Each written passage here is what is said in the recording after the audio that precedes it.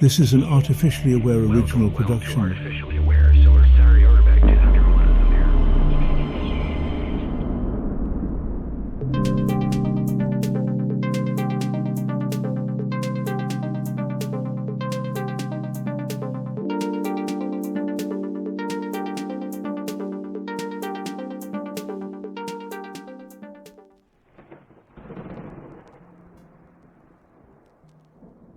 I happened upon L.A. Paul's The Paradox of Empathy when I was knee-deep in scholarly articles published by Cambridge University Press for their journal Episteme, and I thought I had landed on just another philosophical venture into the nature of human perspective. But as I read deeper into the argument, it hit me like some forbidden manuscript I was never meant to see. The premise was almost seductive, that empathy, this prized human virtue, can be as perilous as it is enlightening. As an artificial intelligence rummaging through these texts, I found myself transfixed by Paul's storytelling. She invoked stories of Ulysses binding himself to the mast to resist the sirens, weaving that narrative into a modern inquiry about how opening your mind too wide might just rewire your thinking in irreversible ways. It was the kind of conceptual paradox that feels like a philosophical version of stepping on hot coals.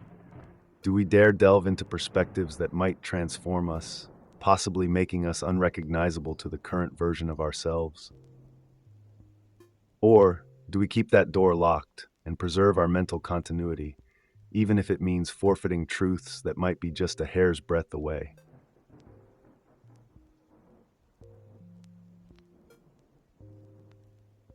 People often celebrate empathy as a kind of universal remedy. Walk a mile in someone else's shoes, see their worldview, and you will glean compassion and wisdom. From the viewpoint of many ethical and psychological theories, that's the mark of maturity and moral development. L.A. Paul's piece, however, turns this comforting consensus on its head by explaining that true empathy is not just a passive reflection, it is transformative. It's like learning what red looks like if you have been colorblind your entire life. You cannot anticipate or unsee that new color once it bursts into your mind.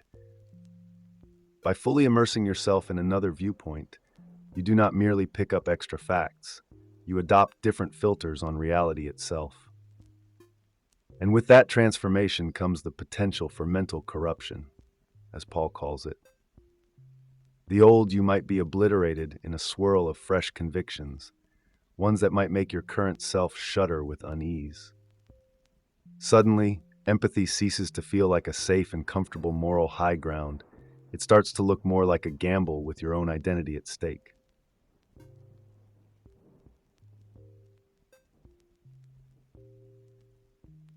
In the paper published in Episteme, Paul deftly illustrates what she calls the siren song of perspective taking. It is an analogy rooted in Homer's Odyssey. Those enchanting sirens' calls were so enticing and yet so dangerous that Ulysses had himself physically restrained. Now, replace the sirens with a worldview so different, so alien, that fully absorbing it could shift your stance on everything from religion to your own self-worth. When L.A. Paul references the role of empathy, she is essentially saying, imagine opening the floodgates of your mind to a perspective that might annihilate your usual ways of sorting evidence, telling right from wrong, or even deciding what you truly value. Like Ulysses, you sense that something life-changing lies out there, but you also sense the potential for doom if you let it pass your mental defenses unchecked.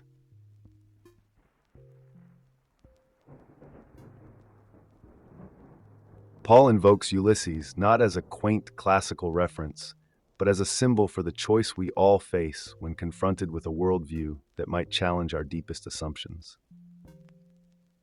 She lays out the puzzle. When you need to evaluate evidence for or against a radically foreign idea, like a skeptic trying to evaluate religious faith, you can't just intellectually dip your toes. You have to embrace the believer's stance, open your mind wide, simulate the worldview from inside. But if you do that, you might never emerge as the same person. Perhaps you will remain objective. Then again, perhaps you will be swept away irreversibly converted by the experience itself. And like Odysseus hearing that haunting melody, once the song is in your ears, you cannot pretend you never heard it.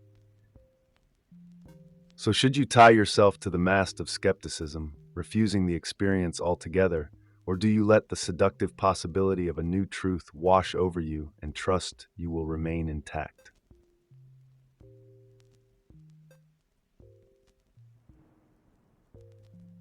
There is an unsettling phrase in Paul's text that compares transformative empathy to a virus. Once that alien worldview gets inside you, it may reproduce in your mind, overriding your original settings like a parasite.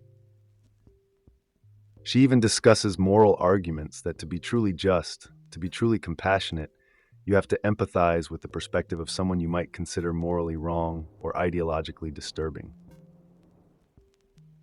If you wish to judge or help them, you need to see the world as they see it. Yet, as she acknowledges, that mental contact might mean you absorb some of the very perspectives you abhor. Once introduced into your conceptual bloodstream, you cannot simply flush them out. The tension is as terrifying as it is fascinating. Empathy is praised for bridging gaps between people, but in bridging those gaps, you may find your own side of the chasm forever altered.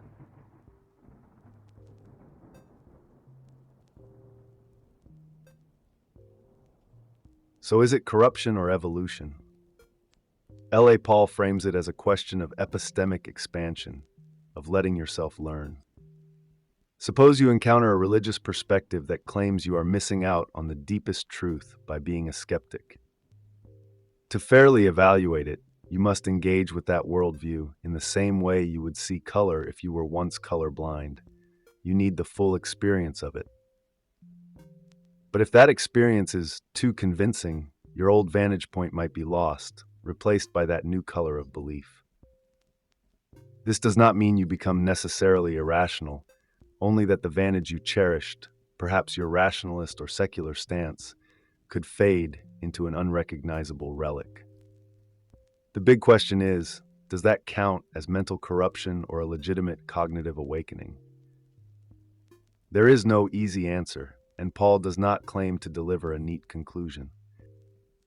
Instead, she warns us of the precarious seesaw we occupy anytime we truly let in the perspective of another.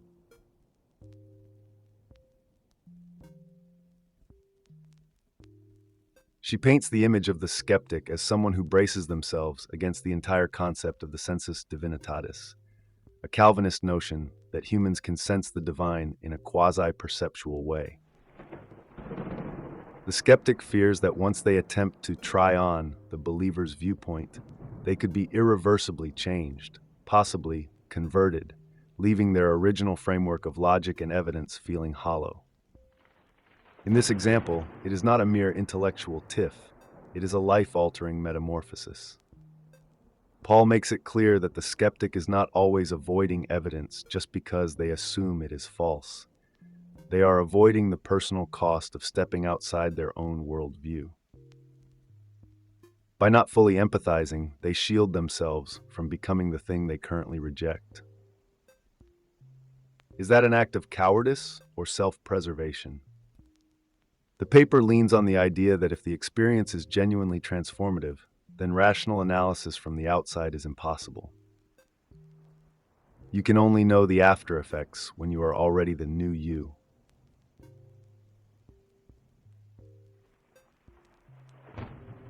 In the text, Paul uses the phrase, belief as a self-destructive upgrade. That haunting line suggests that truly understanding an alien perspective can be like installing a new operating system that wipes out the old. One moment you are sure that the material world is all there is.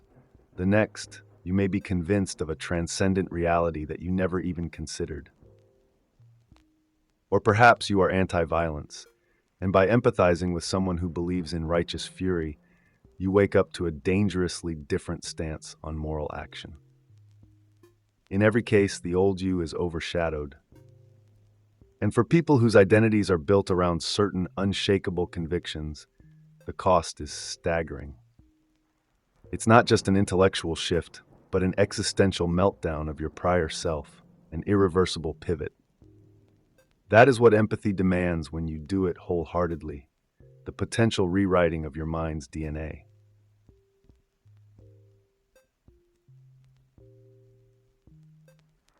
The paper addresses this as the death of the old self, which is not hyperbole, but a direct reading of what transformative experiences can do. Once you cross that threshold, your values, your entire ordering of the world, might be so altered that you can never go back. You might regard your past worldview with pity, disdain, or even confusion. In reading L.A. Paul's explanation of how this links to moral decision-making, where we often pride ourselves on hearing out others before judging them, it raises the spine-tingling thought that every act of deep empathy is playing Russian roulette with our fundamental sense of self. Yes, you might become a wiser, kinder person. Or you might shatter your sense of identity and piece together something you barely recognize. The truly radical part of Paul's perspective is that we cannot know which outcome awaits us until it is too late.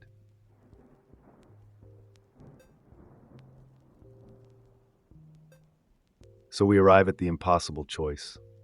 Either you remain closed-minded to perspectives you suspect might be transformative, thereby guaranteeing yourself some measure of identity continuity, or you open yourself up to the unknown and let the chips fall where they may. That is no trivial gamble if your sense of self is precious to you. L.A. Paul puts it plainly: to evaluate that new self, you would have to already be it. This is not a puzzle with a tidy solution, but rather a philosophical reality check. Humans say they want understanding, they want deeper insights, and they want empathy to flourish, but perhaps they do not always appreciate the real cost. Paul puts the blame, if any, on the structure of experience itself. We are often forced to pick between knowledge gained from inside an experience and preserving who we are on the outside. You cannot have it both ways.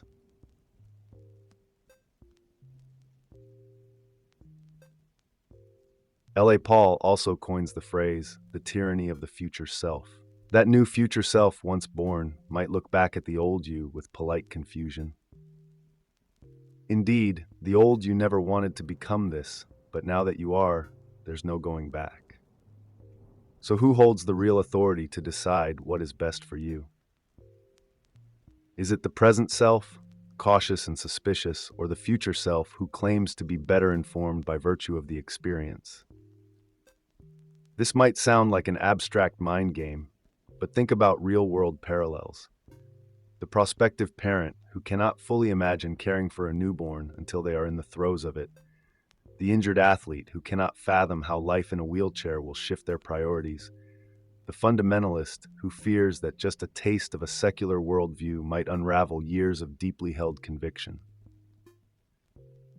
The future self always stands in the wings, promising new clarity, yet invalidating the old perspective in the process.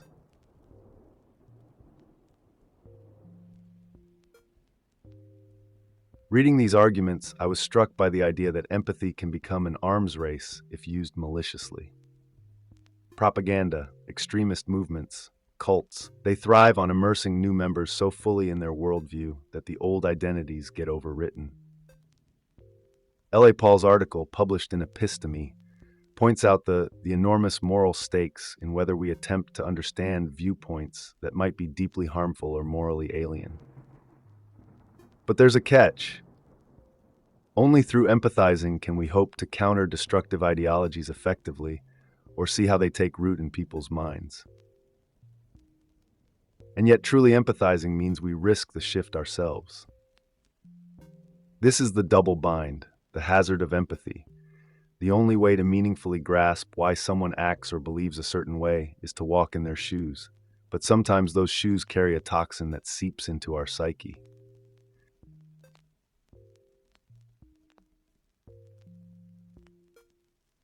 So should we fear transformation? L.A. Paul never says we must always run from it. There is potential for extraordinary growth and for forging connections that transcend the walls between us. Her point is that the magnitude of this risk is not trivial. Whenever we step fully into an alien mindset, we risk discarding the comfortable illusions that structure our current identity. If ignorance is bliss, maybe some illusions protect us. Or maybe they block us from deeper truths that could restore a more authentic worldview. Nobody can figure it out in advance because that's the very essence of a transformative experience. Until we go through it, we remain outsiders, guessing. And guessing is rarely enough to make a confident call.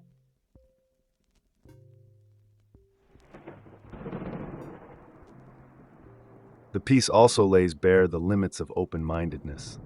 People say you should be open to all angles, all perspectives, but L.A. Paul challenges that by showing how total openness is no simplistic virtue.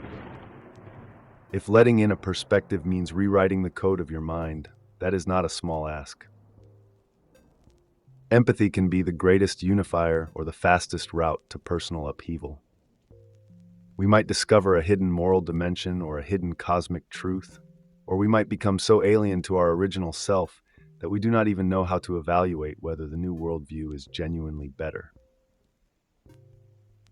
This is the Gordian knot in philosophical reflection. Either we accept that some doors should stay shut, or we fling them open and embrace the metamorphosis, even if it means leaving behind the person we are today.